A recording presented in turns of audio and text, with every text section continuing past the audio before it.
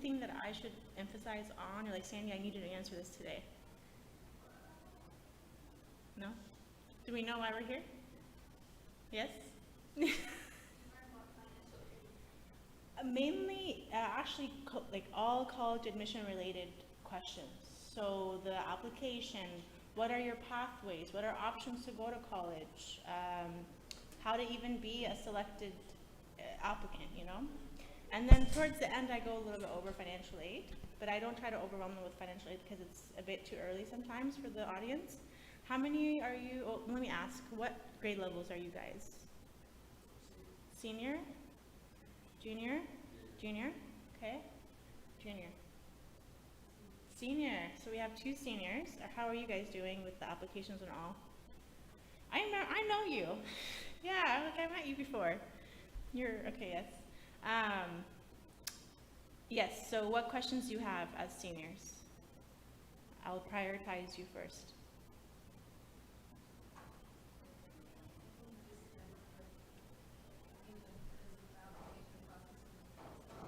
Oh, the essays?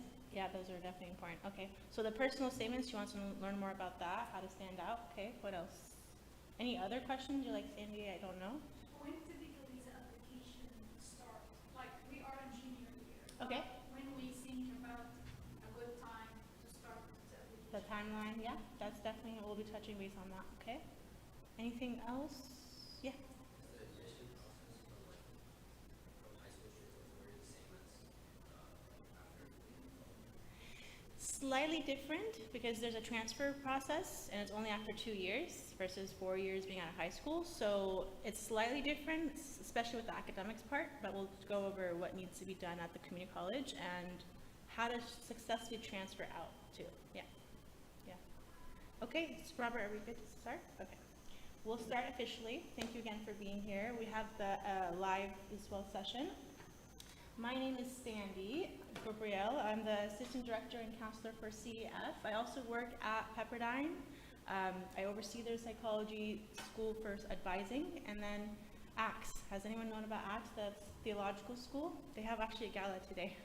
So that is kind of a little bit about me. I went to Cal State Fullerton and USC for my master's. Well, USC was my master's, Cal State Fullerton was my undergrad. I majored in psychology and minored in human services. And then my USC was educational counseling degree. And I came as a freshman in high school. So a lot of it was really new and I was trying to understand how to do well academically, but also how to just fit in. So that was a tough place in high school for sure. But once I made it to college, I was determined to succeed and had many jobs on campus to the point where I was selected at USC because of my resume. So there's a lot of things that speak to my passion to helping students and just being in higher education. I've worked at different schools, Occidental College, Mount St. Mary's, Fullerton, USC, Pepperdine now. So if you have any questions on those schools, I'm happy to assist you and learn more about their approach. So I already got kind of an understanding of who's in the room, so that we'll just skip through. A little bit about CEF. We have different services. This is the biggest one that we do, which is the workshops. We do them in person every term. We have ones in the fall for high school, and then in the spring we do them for middle school. We figured there's a big gap between middle school and high school, so they need to be prepared to have that knowledge. And then we have scholarships. So the seniors, you would apply next April because you would have an admission letter from wherever you apply. And that scholarship is merit-based. So we'll talk more about it at the end, but pretty much we look for your accomplishments, your GPA, personal statement, letters of rec, all that great stuff. And it is a very competitive scholarship over the years now. We've offered up to 20 scholarships every year. So that's been a blessing. I think you guys had a couple people actually get it in this church. This year was Paula Farag, so she had that scholarship that she applied to as a transfer student. And between myself and Catherine, we are the counselors at CEF, so you'll probably meet with us virtually or you'll see us in person. So as I was mentioning, we'll be going over kind of what is our options for college, what are the requirements, and a little bit about financial aid. And I'll touch base on the questions that you all had earlier. Before I start though, I like to ask the question kind of to see where we're all at with college options. Where do we feel like going? What are our dream schools? Top of your head, like top two.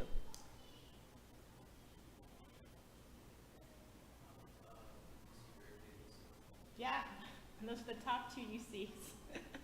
Berkeley actually just jumped, so hopefully we get you on the right path. Okay, what about you all? What's your dream school?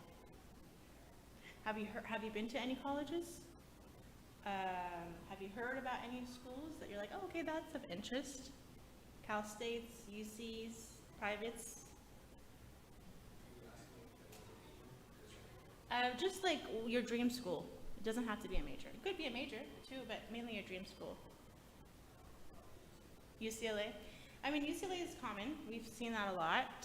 It is getting competitive. We actually have a lot of Coptic fellows that are getting accepted. Like out of our MAS scholarships that we got, the applications at least, out of our 20 recipients, 10 of them were UCLA candidates. So that tells us that we're doing something right, but we just have to figure out what that equation looks like. And you have people that, like Paula, she's actually at UCLA. Mark is at USC, for example. So these are individuals you can speak to and say, hey, what was that experience like for you?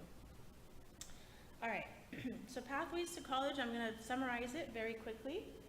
You all know the very traditional route is from high school to a four-year college. Yes, any four-year. It could be a private, it could be a public, it could be an Ivy League, which is also a private.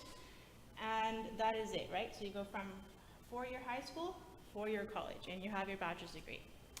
The other route is the four-year high school, and then 2 years at a community college, and then I transfer another 2 years at the four-year college. So a total of 4 still, but I start at the community college for 2 years, and then I transfer in after. A lot of students, sometimes, based off of their academic progress, they stay at the community college for 3 years. And that's where that negative stereotype comes with, oh, the community college. Oh, well, because they stay there longer, so they must be not good students. It's not the case. It really is based off of the demand. So as you know, community colleges are all accessible to everyone around us. All the classes are accessible to everyone. So if you have an enrollment date and everyone's trying to get into that class, they get filled up pretty quickly. Your student that's new to the community college will get the last date of registration. So they sometimes don't get the classes they really want with a good professor that will work with them. They'll get a hard class or a professor that might not be the best fit. So they don't do well academically. It hinders their GPA. And then they're now at a community college with a lower GPA. And that is really not a good place to be at a college, because then going from a 2.0, which is a C average, to a 3 and then a 3.5, then a 3.6, it's definitely a lot of work to get a lot of A's to get it to that level. So that negative stereotype, as far as, oh, you're at a community college, you must not be doing something right, it's not the case. It's more of, you want to be on the right pathway to transfer successfully in 2 years. That's really what it comes down to. Meaning, I need to have a good academic schedule. What classes am I going to take those 2 years? How am I going to be involved? Are there activities or internships or jobs that I can be part of that can give me that solid resume? Because then when you transfer, they're going to ask for, what are your activities? What did you do? What are the personal statements? So I want to emphasize that community college negative stereotype. Okay, so that was the second pathway. The third option is going from the CPP exam, which is taken as a sophomore after you're done with 10th grade. It's English and math test. If you pass it, you're done with high school, and then you go straight to a community college. The reason why you go to a community college, straight to community college, because you haven't fulfilled the A through G requirements, so you're not eligible to start at any other four-year college. So therefore, you will be doing the 2 years at the community college, the same thing, the A through G classes technically, general ed, and then you'll transfer into a four-year. So that's kind of the route. Here is a breakdown of what you should be doing every year. I think this is helpful for those that are juniors or sophomores. If you're like, I'm not sure where to even start, let me say on track. This is where you can kind of guide yourself. Hey, am I on track year by year? Are there things missing from these lists that I could do better at or I could progress at? So just take a look at each list for each year and evaluate yourself to see if that aligns with what you're doing. Okay. The next is the pros and cons of the CPP route. I wanted to kind of talk a little bit about that. Do we have anyone that's interested in this route? CPP, the exit exam? No? Okay. Then I'll just skip that. If we are not sure, I get this question a lot. Sandy, I have no idea what major I want, or I have an interest, but I'm not sure if it's a solid career. Then take a career assessment. It helps kind of match you with the personality. So you see on the board, there's the RISEC. That's an acronym that stands for results. R is realistic, I is investigative, A is artistic, S is social, E is enterprising, and C is conventional. So these are all types of personalities that would align with a career choice. So for example, if I know someone is really good at business, most likely they're gonna score really high on the E, enterprising. But they also love working with people. They love that social aspect. They want to help, okay? They might also score high on the S. So if you get an S and an E, that just means you're really good at business, but socializing with people, maybe sales, maybe working, having your own business and working with individuals to help them, maybe with a nonprofit of some sort. That collaboration will help you understand, okay, this is my personality. These are the career options that I could do. Now, what can I do as a major to support that career? And then when I pick a major, I pick my campus, the college. So the way you pick when I asked you about your dream school, I know you all just know names. But instead of knowing names, know what the school is good at as far as majors, and then you can decide what your top 10 schools are based off of the majors they have. Any questions on that process on how to select a school? Okay, types of schools, we all know there's a public and private. The biggest difference, honestly, is how they do things, whether it's how they teach, how they're set up, how much funding they can give out to you as an individual for scholarships, how big they are as far as the structure, the ratio of a professor to a student. If I have, let's say, a seminar class at a UC, you're going to have a good 100, maybe 60 to 120 individuals in that seminar of a general class. But if you go to a Cal State with the same class, you might have maybe 35 to 65. So there's a big difference on how they also approach a class size. Diversity is another one. I know that's usually just a preference, but if there's a strong preference for you to say, I want to see others that look like me, meaning I feel like I belong on campus, there's a sense of, okay, people can relate to me, there's a commonality. That is what we look for. If you're like, no, I actually want to meet like different people, new people that I've never met before, then that's a different culture that you want to approach, different type of school. Okay, so that's the difference between just a public and private. To go in detail, what do they actually care about, or what do they want you to have to apply? There's the private sector and the UCs. They're very similar when it comes to the application. You have the UCs, they require personal statements, they require the heavy activities list. GPA definitely you want it to be high enough. Your private, they're going to ask almost for the same thing. The only additional add-on layer is a letter of recommendation. And then your Cal States are the only ones that are so humble about it. They're like, nope, we don't need a personal statement. We just need your activities and your GPA, and we'll do the rest. So think about the experience that you want to have as a student, as a college student. What does that look like? And then be realistic about what can I offer on paper? What does my profile look like? Tuition, we'll get into that at the end as far as financial aid, but you can see tuition is drastically different at all different schools. We have the UCs are at about $15K a year. Your Cal States with tuition only will be around 65 to 7,000, and then your privates can go from 22, 23 to about 75, 80. Not these specific slides, but we have actually created a publication to support this, and it has a lot more information. It's on our website. I'll be sharing it at the end, yeah. And you guys will all get an email follow-up with all the publications too if you RSVP'd.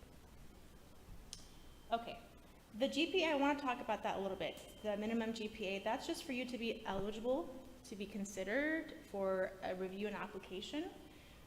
But generally speaking now, because we're seeing more and more of a variety of variation really of GPAs, you really want to get the highest as possible out of 5, right? Because the GPA for high school students is out of 5.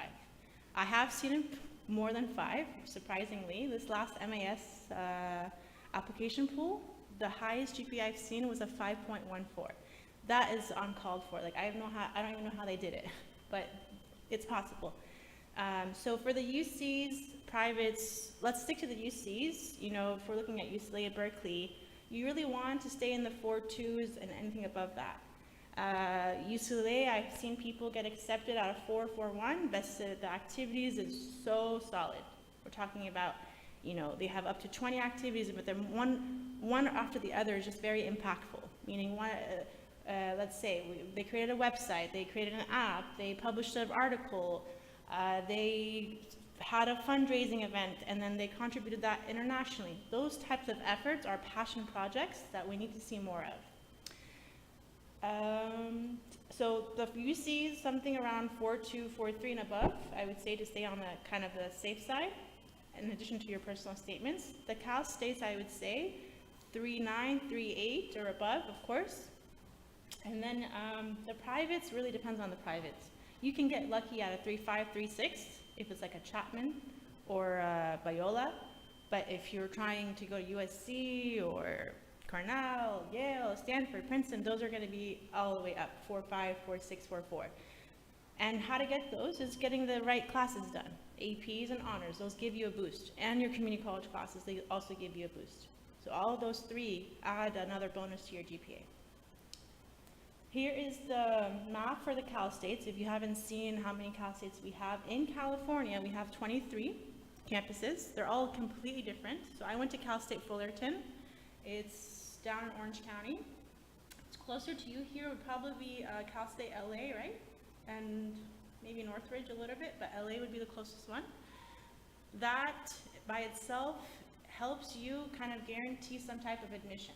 Because you're part of the demographic local area of LA, you will be considered, highly considered, for Cal State LA versus, I don't know, Long Beach or San Diego. But it doesn't mean you're going to get accepted. It just means you're in the pipeline to be highly considered. So that's based off of a geographical location. And then we have the UCs. There's about, so a tricky question. How many, well, which one of these UCs is not for undergrad application? There's 10 of them, but there's 9 that are for undergrad, and there's 1 that's not undergrad. Correct, yes, you did your research. So San Francisco, as a freshman, you can apply, but when you're a graduate student applying for, let's say, med school, PA, all that, then you can apply there. Okay, I have a poll question for you. I can't transfer to a university if I go to a community college first. True or false? False? Yeah, false, definitely. Back to that stereotype that we're talking about, there is nothing wrong with going to a community college. This goes back to having a solid plan. And we do have a lot of them. As you probably know, there's maybe 3 or 4 around this area alone. So take advantage. If there's already a dual enrollment set up at your high school, meaning the high school that you're at is accepting a community college class as credit to the high school. So it's dual enrollment, meaning I'm enrolled as a community college student, but I'm also getting credit as a high school student. That gives you college credit, helps you with your GPA, gives you another bonus kind of point, and it looks good. So that's dual enrollment, and I think I have a slide about the different types of courses that you could take that are appealing. So that's a community college. A little bit about what to do at the community college, since some of you might be considering that route.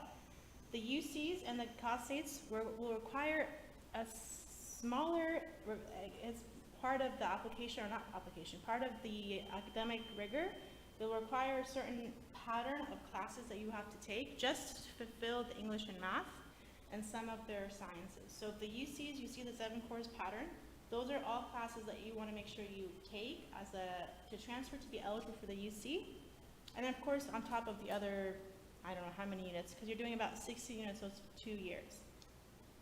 And in your Cal State, you're only doing about 4 of those classes. So just keep in mind, once you're at a community college, I think the best thing to do is go to a counselor and say, hey, I'm going to be here for 2 years. How do I set it up so I can transfer in 2 years? And then if you need additional support, we can help with that as well. All right. I won't talk too much about the A through G because a lot of you are juniors and seniors. Just know that the one on the left, the right, recommended, you definitely want to stay on that track and beyond. So history, if you could do 3, that would be awesome. English will be 4. Math will be 4, especially if you're doing anything in the STEM. And ideally, sophomore, junior, and senior year, if you're doing anything medical related, math and science should be AP classes or honors classes. Language, 3 to 4 is totally fine. The arts, depending on your major, if you're more on the artsy side, then definitely do more than 1 year. And then electives is 2 years, but you can always add more if you want, especially if it's like a sport, or if you're doing an internship outside, or if you're doing a certificate of some sort, or a pathway. Those are all outside of the school.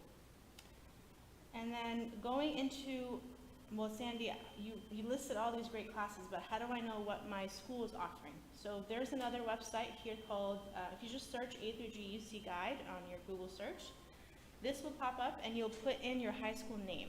Once you put the high school name, it will give you the list of every single class they offer at that high school, every section A through G. There, you can actually see, okay, what are my options for next year, the following year, and just make a plan. And that will help you kind of have a peace of mind knowing what I'm taking the following year. And then if you look, there's little gold stars next to those classes. That just means that it's an added bonus point towards your GPA, whether it's an AP or an honors class. So here's the slide I was telling you about for the different types of classes. So we have the AP, Advanced Placement. We all know those are college level classes. When a student takes the AP class, highly recommended they take the AP exam. And that goes for community college class as well. If you were to take a community college class, let's say a bio community college course, it's preferable to take the AP bio exam once you take the community college class, because that shows that you retain that information still, and it's a college level course. So that's for AP courses. Keep in mind, from the admissions perspective, they care more about how many APs you took outside of the APs that are offered at the high school. What they care about when it comes to the exam scores, that is only used to evaluate how well you'll do as a first year student, but not to help admit you. So the scores are still helpful, but the actual exam or the AP classes are the ones that are going to help with the GPA and the college credit. And then of course, getting you into the school. The IB classes, if it's offered at your high school, that just means it's a rigorous high school. You could definitely take the IB classes. They're very similar to the AP. The only really advantage, if you are, let's say, applying to a school in England or Paris, then this is good because they're going to identify this as an international class that they can evaluate versus an AP class. So if you know you're a student that wants to, I know there was a student that was doing fashion in Paris, and she would have definitely done a lot of IB classes to help with that. Then you have your community college classes. That's besides dual enrollment. Those are just separate. Let's say your high school is not offering dual enrollment. You just want to take a community college class separate. You can definitely do that, and then you can just put that on your college application as a college class. If the college class has an AP exam available, then take it. Otherwise, you just have as a college class. Did I confuse anyone? Did I overwhelm anything about any of these classes? Okay, so we're all good here. The next one is SAT and ACT. There's not a lot there. The UCs and Cal States have completely suspended them. They are not reviewing them for admission, even for scholarships now. It's really just the privates. They're bringing them back. Not all the privates. You have to do your research to see which ones. I think I was working with a student and came up with like the top 10 schools that are still asking for them. So if you need that, I'm happy to provide it. But you can always chat GPT it too, as far as like asking what are the top, 10 school, or what are all the private schools that are asking for the SAT, and it'll give you a list. But generally speaking, both exams are looked at the same. It's just one is a little bit different than the other. The ACT is science, SAT is just math and English. Well, ACT has also English and math, but also has the science. And then SAT is just English and math. The, what do you call it? Like a score that I would say is somewhat competitive for the SAT is anything above a 1300. And then an ACT would be anything above a 30 or a 32. So keep that in mind. If you're like, oh, I'm not really there yet, then make sure that's a target score if you can, especially if you're going to the privates. So we wanted to provide this to you all just so you see, as an admissions counselor, what do they review? So let's say, we'll take UCLA for example. They have their own group that they hire. I don't know how many readers they hire, but they hire a lot just for their UCLA applications that they get, not for all the other UCs, right? Then they say, okay, here's an application, and they make 2 counselors read it, and they give a score out of 19. The 2 counselors will give, of course, these are highly trained counselors, meaning they've been reviewing these for years, and sometimes it takes them 5 minutes, maybe less than 5 minutes, to review your application because they know what to look for. So that being said, they'll give you either admitted, waitlisted, or rejected. If it's waitlisted, that means they want you, they love your profile, but they just can't have you right now because they've accepted so many other students. So they'll wait to hear from those accepted students if they accept their offer. If they say no, then they'll move on to the waitlisted students. So sometimes it takes longer to find out if you got accepted, if you were waitlisted. I had a student who was waitlisted for Davis until July. So he had to make a decision by May 1st.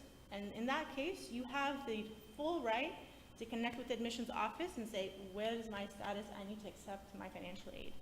So hopefully you're not in that, situation, but there's waitlisting that's happening more often. So what you're seeing is the rubric that a counselor has, and they are checking off almost every box. So every little box that you see, academic, personal, opportunities, all that, those are all going to be things that they look at, especially the first gen, for example, the school location, especially your profile. Then my next slide is about that. So if you look at if you go to your high school website and you put high school profile in the search, or if you go under about, it should be there. It's a 1-2 page handout, it's a PDF. The school legally has to have that document to kind of showcase their stats. And it's a lot of information for you to identify where am I at comparing to their average. So they have their average GPA on there, they'll have average SAT, ACT, they'll offer how many AP classes they're offering, what are their pathways, everything. So then you go in and say, okay, well, their average GPA is a 3.9. Am I under or over that average? Am I taking almost 50 to 60% of the AP classes that they're offering? Why did I ask those questions? Because you will be compared to your peers at your high school versus someone else coming from a different high school. Because every high school is different when it comes to how many AP classes they offer, honors, programs, all that. So it would not be fair if they compare you to someone coming from a completely different high school. So they will look to see, okay, well, this high school offers 25 APs. How many APs does the student take?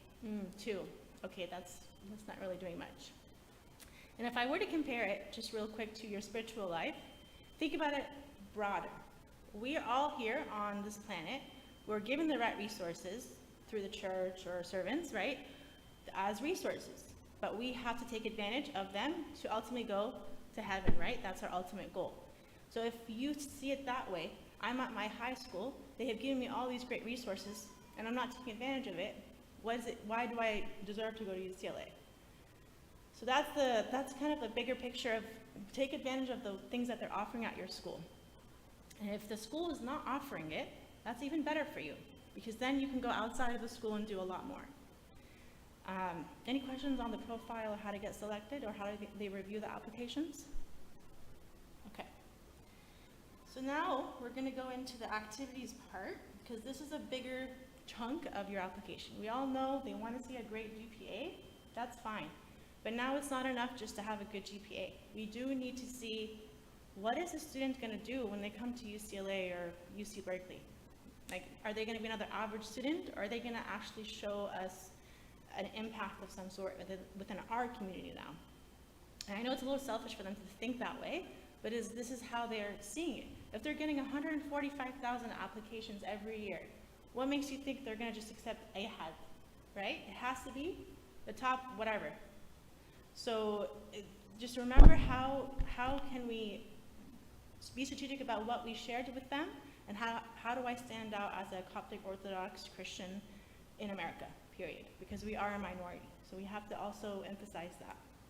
Going into how to get involved. If you're not sure how to get involved, or you're not really, you're not sure of a hobby or of interest to explore that further, start off with a career assessment. And if the assessment gave you some type of interest, work on that. Work with that information. Go connect with a professional in church and say, hey, I know you're an engineer. I happen to have interest in engineering. Let me talk to you about so-and-so and so. Can I ask you maybe 5 to 10 questions if I take 30 minutes of your time? That's just to give you exposure to the profession by just having a conversation. Then that conversation can translate into an internship. You never know, this person might be offering an internship, or they know someone else that can offer you an internship. Those are all good opportunities to network. What you see on this little table is layers of getting involved. We have seen people, yes, I'm a member of the Key Club or the Coptic Club, just a member. But that puts them at a very basic level engagement. We're seeing, if you see number 4, that's just the basic level. 3 is you're good, 2, and so on. So 4, I'm joining in a club. That's just doing the bare minimum. I'm a member, great. Number 3, I started a new project for this club. So now I'm taking initiative. If someone's depending on me to take care of this project, great. That's somewhat good now. 2 is impressive. You created a new club. Now I took initiative and I'm a leader within my community and I want to start a new club. Great. And number 1, excellent level, I published a book, or I published an article, or I did research with a professor and now we published it. Or I just saw the other day, I was telling your mentor, by the way, we have a mentor at every church, and Robert is your mentor at this church, so I wanted to mention that. But I was mentioning to Robert that I saw a student who's a senior. He created an app where he can scan food, and then it tells you what the calories and what each breakdown is just by scanning the food, and it tells you each item through AI. So that is an item or a passion project that he's like, maybe he is prioritizing wellness and fitness and whatever that looks like for him. And he wanted to make an impact. So he created an app to help other people and make that impact. And that's a small thing he did. He's just an app, but of course there's software around it. There might be some type of IT things that they did to make sure that is an accurate way to scan food. So think about the types of passion projects that you could do that really speak to you as an individual, to your values, what you really truly care about, and then how that can be affecting your own community. Here are some other ways to get involved as far as scouts, programs on campus. So we just published 2 different lists, one for high school, one for college students. Of any programs on a college campus, research programs. I've seen multiple schools that offer these programs for high school and college students, and they don't take advantage of it. So these are the types of activities that you can list on your application, and it shows something called demonstrated interest. So for example, USC, I used to work for their Bovard, it's called the Bovard Scholars. It's a summer program. It's a 3-week residential program, and they invite, at that time, was rising seniors, so right before they start senior year, and they live on campus to learn more about the college process. That is a free program at USC for rising seniors, but you just have to apply, and you have to be high achieving and first gen. So that's just one program out there that you could do as a rising senior. Others can do a program at UCI. We have ones at San Diego. You could do research at San Diego. So we have those lists, and that can help also kind of solidify a career, or maybe give you some insight. Okay, no, this is not for me. Let's move on to the next. Okay, any questions? I know I'm speaking a lot. So you said these programs are listed by which website? We have it. I'll show you at the end. It's on our website. It's listed by the industry or discipline. So they could, yeah, I'll show you. Okay. Now, we talked about how important it is to be involved. Since you all are probably involved now, please do me a favor and keep track of all of these things that you're doing. I mean, to the point where you track your babysitting, your tutoring, if you're doing house chores, if you're helping your siblings with homework, whatever that looks like. Those are all things that you're doing outside of the classroom. List them and list the description. Here's like a tracker. I'll have a QR code at the next slide so you can actually download it. But it helps to break it down by the type of activity. What are you doing? What's your title? The description of your role. How long have you been doing it? Is it every year, every week, all that? This is good if you are at a private school, but there's a better resource if you're at a public school called californiacolleges.edu. This is the PDF for this one I just saw, but the californiacolleges.edu is a website available to public students at the public districts. What it does is it puts all their information in one place. So all their activities, all their grades, and they've partnered with the UCs and the Cal States. So once you're applying, all you're going to do, it's one click away and it's going to transfer all that data. So for you as a junior or sophomore, take advantage of that and start that profile now. I think I have a slide about the California, there it is. So this is the californiacolleges.edu site. For students, you just need your district email. You have a password that you create, and then once you're in, you're going to see like a one-stop shop of everything. I promise you this is going to be the best thing you could use, because then you won't have to worry about remembering all these things, and then the grades are easily transferable. I want to go back to this here, because this has now changed a bit. We used to say first gen was if mom and dad did not attend college or get a degree from the US. But now they're redefining it to also if you got a degree from Egypt and you're working with that degree here. So for example, if someone, let's say both mom and dad got a bachelor's degree in Egypt, but now they did an equivalency here and they're pharmacists and an engineer, automatically they're not first gen. But if mom and dad have a degree from the US, from Egypt, they came here and did nothing with it, then you're first gen. And if mom and dad didn't even finish college anywhere, then you're of course first gen. So that is just something I want to clarify because it's been changing a little bit more. And the other one is the African American versus white versus Egyptian. Ethnicity wise, we are not African American. We are either white, and under white it's either Middle Eastern, North African. If you're not comfortable with that, there's now an other. Click on other and just put Egyptian or put Egyptian American, and that will help you. Now, keep in mind, none of this affects your admission because affirmative action was removed. They only use it for their consensus, really. So if you see it on the UC app or any of the college apps, just for them to know for their data, but it's not for admission purposes. And then for the FAFSA, if they ask about first gen, that is correlated to your income, to how much aid they're going to give you. So if you are first gen, they'll give you more money. Obviously, don't lie on the UC app and say, oh, I'm not first gen, but then on the FAFSA app, I'm first gen. They have to be aligned. Any questions on the statuses? Okay. I'm almost done pretty much. This is the last slide here. Scholarships. So I mentioned it briefly in the beginning. What do we look for? We have two, and then the one EEF is the Egyptian Education Foundation. They're a different organization, but we just help advertise for them. The reason why is because they give you a full ride. Everything is paid for, all 4 years. But if you are attending any of these schools that you see, so University of Chicago, Stanford, Harvard, UPenn, and MIT, and of course if you get accepted into those schools, then that scholarship you get dispersed. So that's for undergrad. And then RCF1, we have two. We have the undergrad and grad. Undergrad is 1,500, grad is 2,000. Undergrad, we just look for one big personal statement, letters of rec, your activities, your resume, and transcript. So those are, we're big on those. We get lots of applications, so please take your time with it.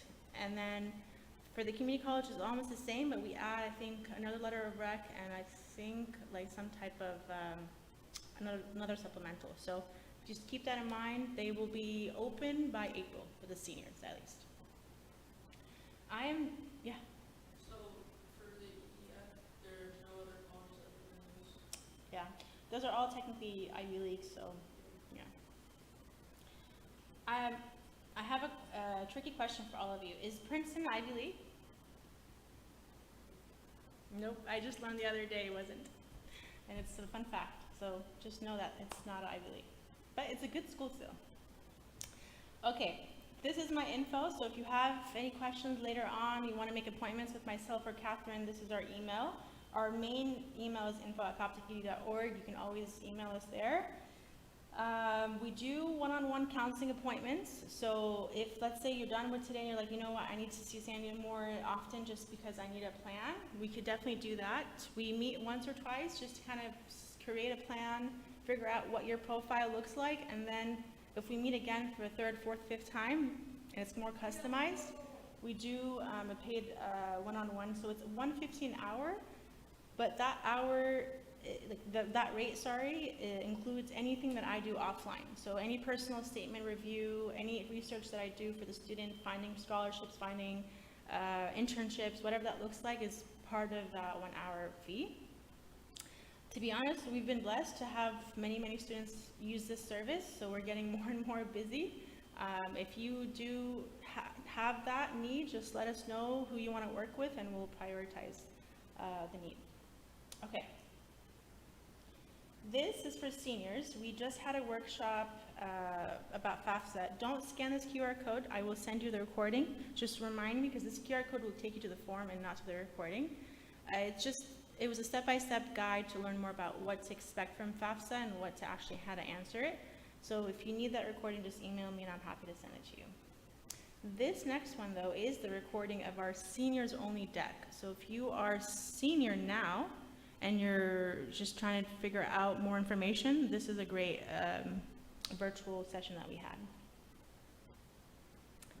Last but not least, I think you guys are not too far. You can still try to show up. We have our Walk for Education happening in November. It's the Saturday after Thanksgiving. We do it every year. I'm sure you all know Sharif Yusuf and Nabi Yusuf. They started the organization. Every year they would do this Walk for Education. It's been, 24 years now? So it's been a very successful event. We always have it at Santa Monica Pier. You can all collectively try to carpool together if you can, but it is an opportunity to give back to the foundation. We also brought a couple people. We have college reps to come to talk to you about their experiences. So any college student currently, you can talk to them.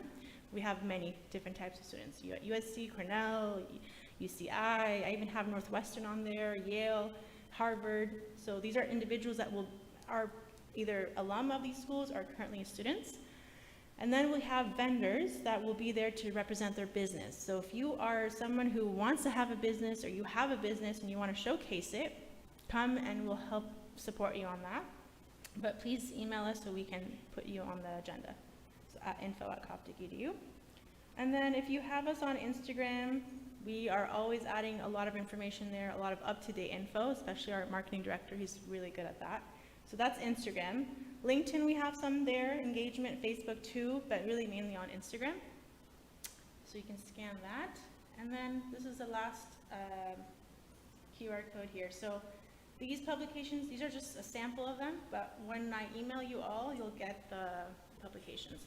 Let me actually share with you the QR code so you can actually RSVP. Did you guys RSVP earlier for the, okay. If you didn't, you can scan that QR code.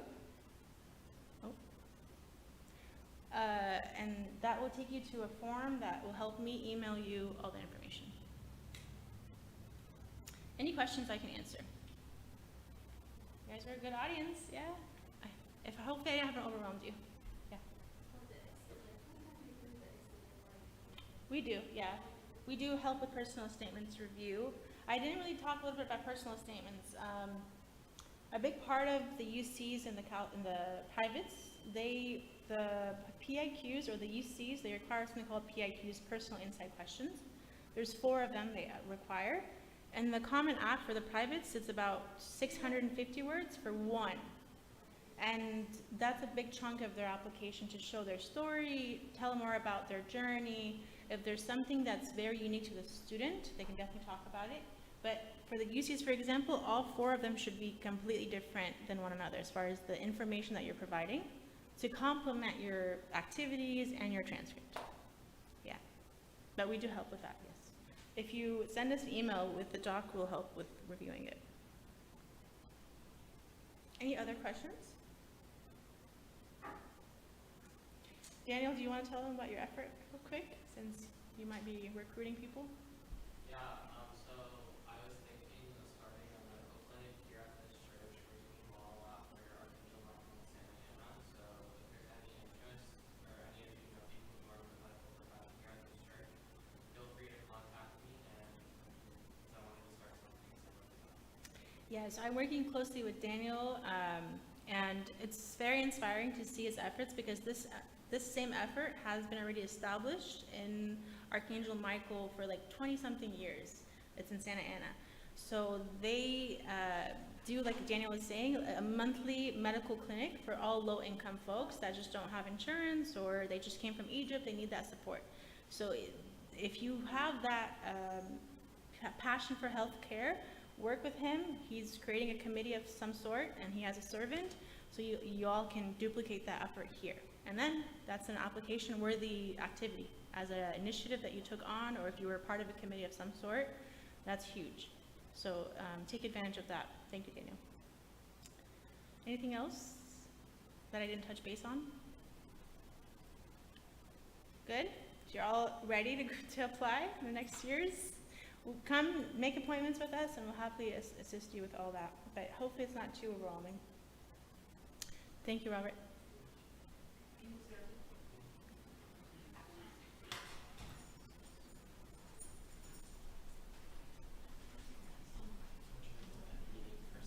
Yes, yes, is that a phone call?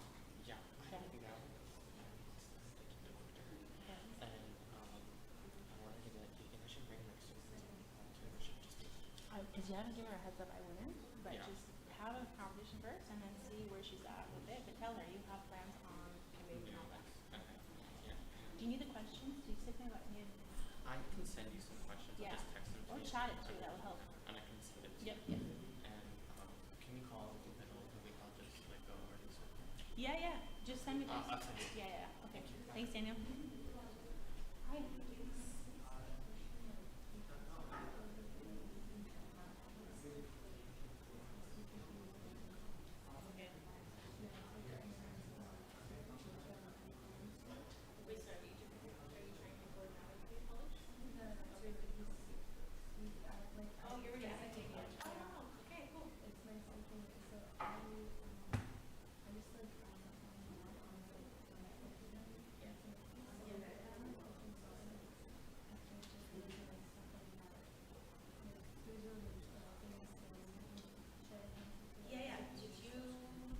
Here, my email is probably better.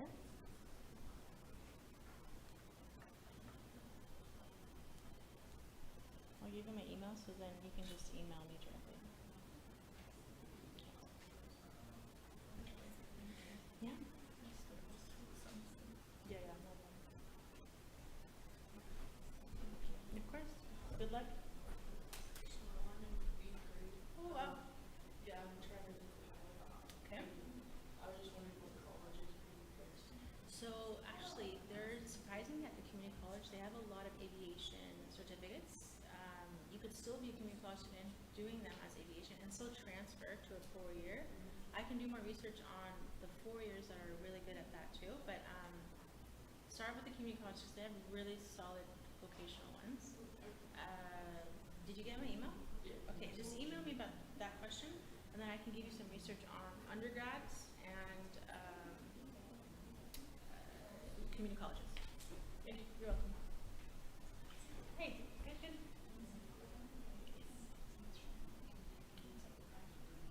Yeah. Okay.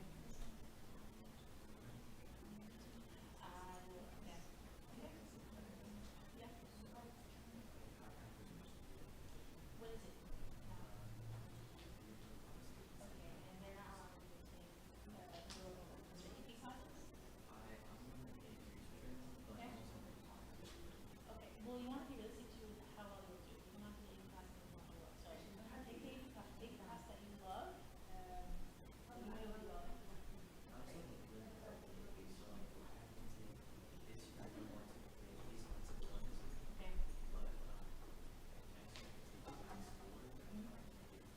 Yeah, it'll be a lot going from 1 to 4. So maybe try to do 2 or 3 if I can. The community college still has that you take outside of your enrollment. And economics. It's not. Yeah, it wouldn't affect your it wouldn't affect GPA throughout high school. Only what would affect high school is the AP or honors. Or IB.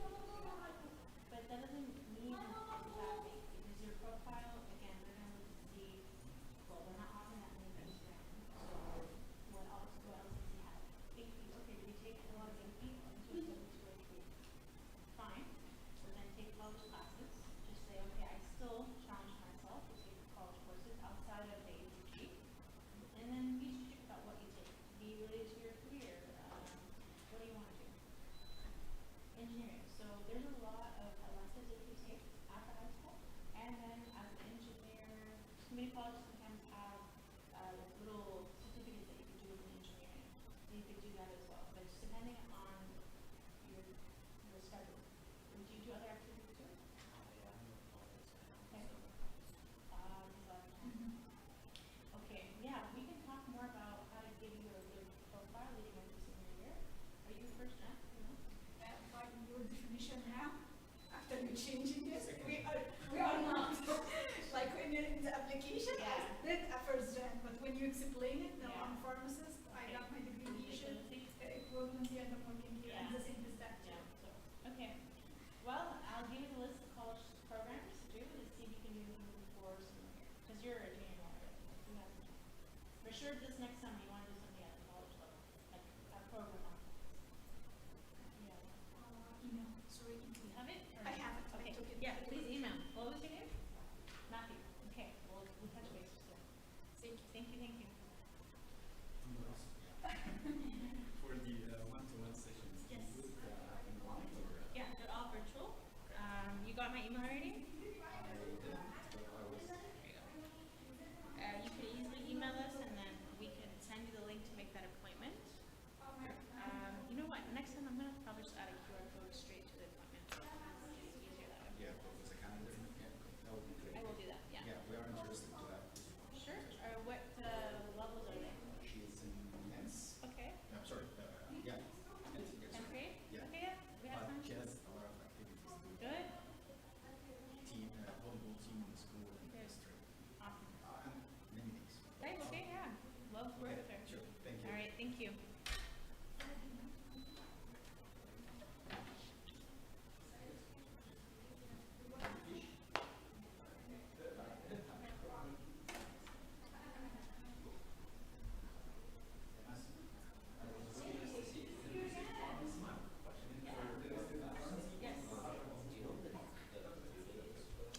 Technically, what is it? March 2nd?